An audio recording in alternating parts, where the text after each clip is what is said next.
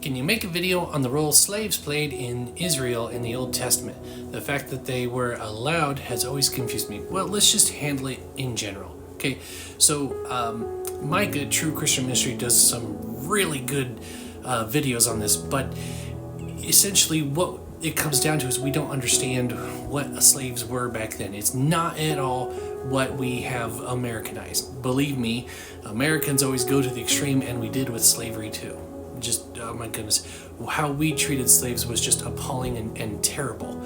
But that's not at all what it was back then. What it was actually akin to was indentured servitude. So it's like when an actor has a contract.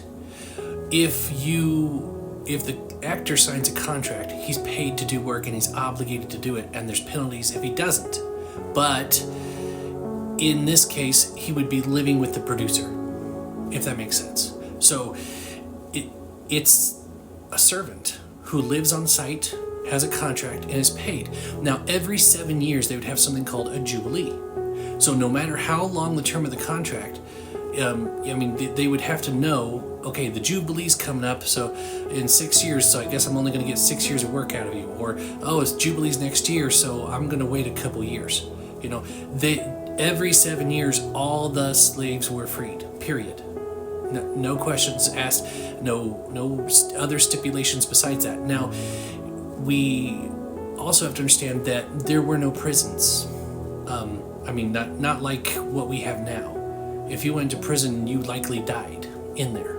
And that was a much later thing. There was no prison system, there was no correctional system, there was no anything at all like that. So a lot of times when they have wars, and they didn't, unalive them, then they would have to do something with them, and you can't just let them be, because guess what? They're gonna, take your life while you're sleeping if you just let them go free. So what do? Well, you put them into servitude, so they're still alive, you still treat them well. There's laws about how well they have to be treated. There's laws about how that you have to take care of them.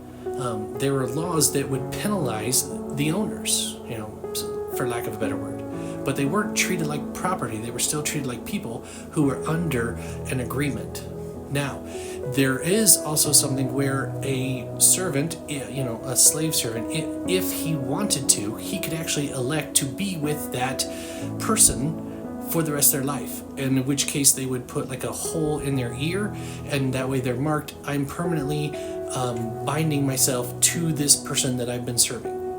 They absolutely could do that, but they were treated like part of the family. Yes, they would do work, but they were also treated with much more honor than the temporary ones that might be acquired. So while it is hard for us to understand in our Western society, if you can imagine, what do you do with prisoners of war? Do we just want to unalive them all? Is that what the answer is? No. So God actually set up a good system to handle what was going on back then.